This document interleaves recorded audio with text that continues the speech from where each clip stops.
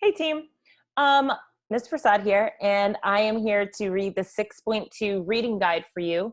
Hopefully this helps to make it easier for you, and always you're welcome to read it on your own. I will say that if you're just listening, you may also want to watch the recording as well, as there are tables and pictures that I'll be talking about as I read along. So yeah, let's get started. I'm going to share my screen with you so that you can also see what we are doing. Just give me a second to find it. Perfect. Okay. So as always, you want to make sure that you are reading your headings and your subheadings, right? The reason we do this is because it helps us to locate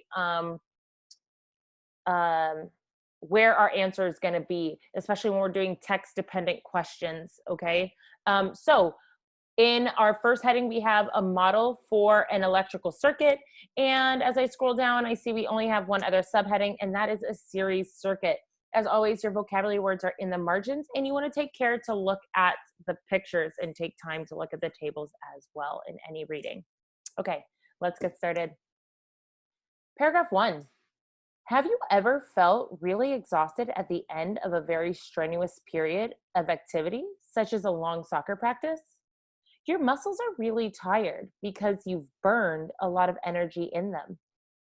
When you get this tired feeling, you need to recharge your batteries, so to speak, with the energy you get from eating food. Electric circuits are like that in a way.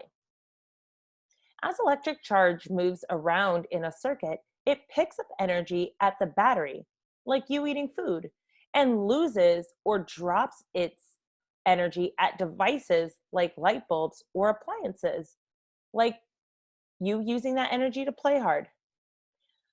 Just as your blood carries energy to your muscles, electric charge carries energy in a circuit.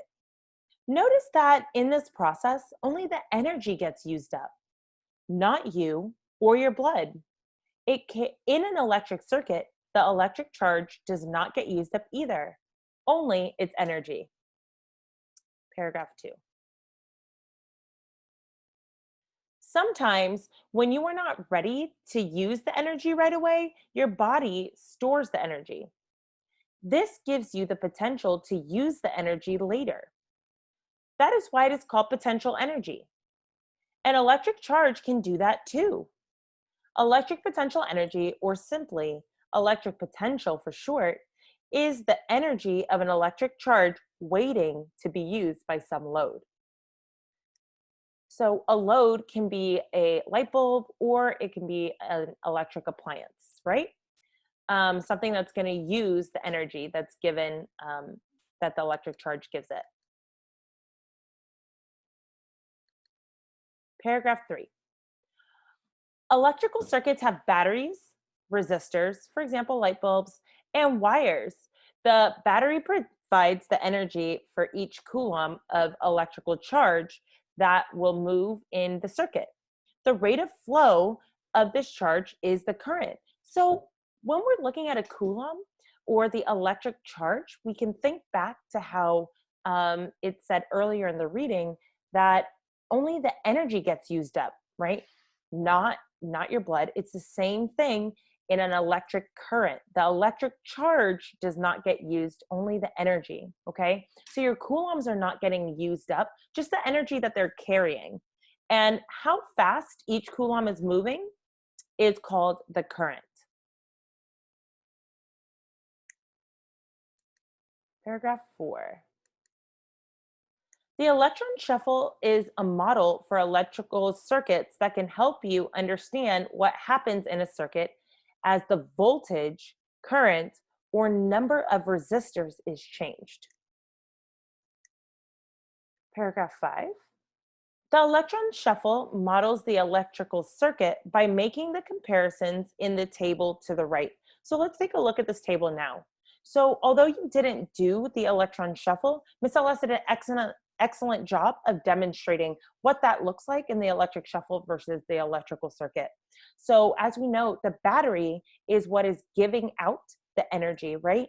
And so then the charges come and they pick up the energy and they deliver the energy, right? And they deliver it to a load or something waiting for that energy. In this case, it was the light bulb, right? And the student received the pretzels or the joules and was able to light up, right? When it received energy, it was able to light up. Look at my light, right?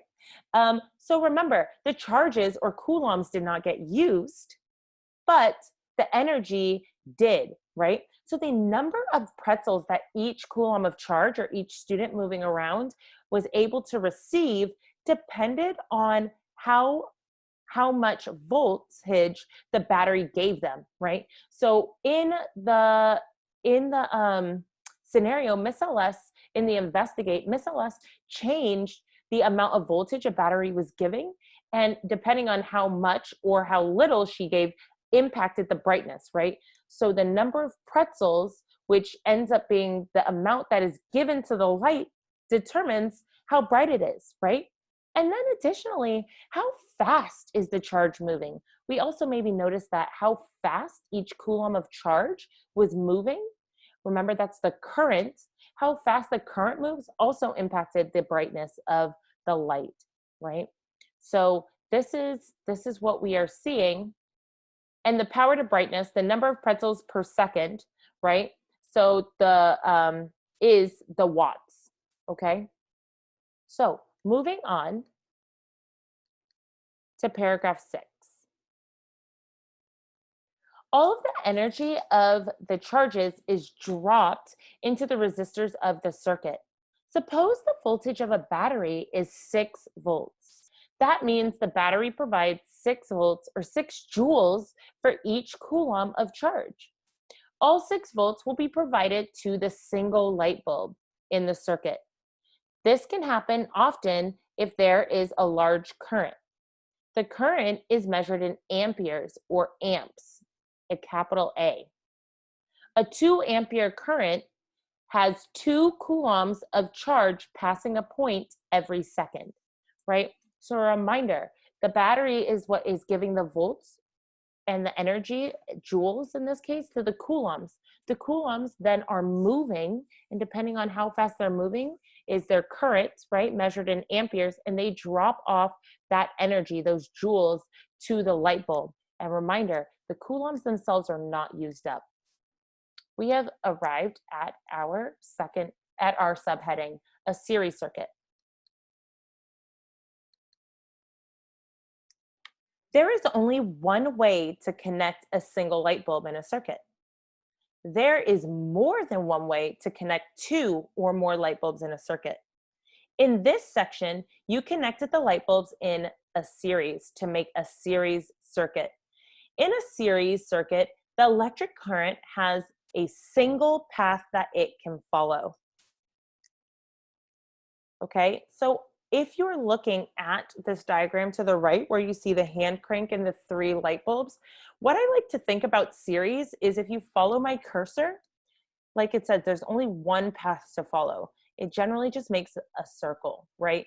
So if you were tracing this with your finger, you would see that in one fell swoop, in one circle, you touch all of the light bulbs. That is one way to know that you are in a series circle. If you can go from the power source all the way around and touch every light bulb, you're in series. So what does that mean? If a battery provides 6 volts and the current contains 3 identical resistors in the series, or 3 light bulbs, then each resistor will get 2 volts. The total voltage provided to the resistors is equal to the total voltage of the battery. 2 volts plus 2 volts plus 2 volts equals 6 volts. Since each coulomb of charge goes through the first resistor, then the second resistor, and then the third resistor, the current or flow of charge is the same throughout the circuit. Okay, so if this, let's call this our battery, was generating 6 volts of 6 volts, each coulomb has 6 volts, right? It goes to the battery and gets 6 volts. But it can't just give all the 6 volts here because there's still 2 more, right? So we have to make sure that each one gets an equal amount. When I think of series, I like to also think of sharing. Series means share. Okay, so what I give here, I also have to give here and also have to give here, right? So 6 divided by 3 equals 2. So 2 plus 2 plus 2 equals 6. So that's how I make sure that each one gets the same amount of joules. So the coulombs are going to split up the amount of energy they have to give each light bulb the same amount. Last paragraph. People are concerned with the brightness of the light bulb. The brightness of the bulb is dependent on the energy per second that the bulb receives. The energy per second is also referred to as the power delivered to the bulb and is measured in watts. 1 watt is equivalent to the flow of energy of 1 joule per second.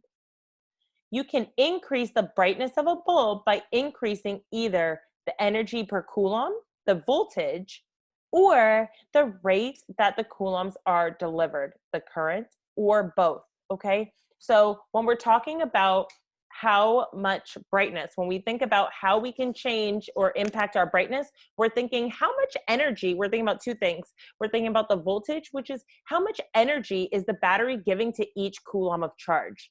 And then we're also thinking about, well, how fast are the coulombs moving, right? What is the current?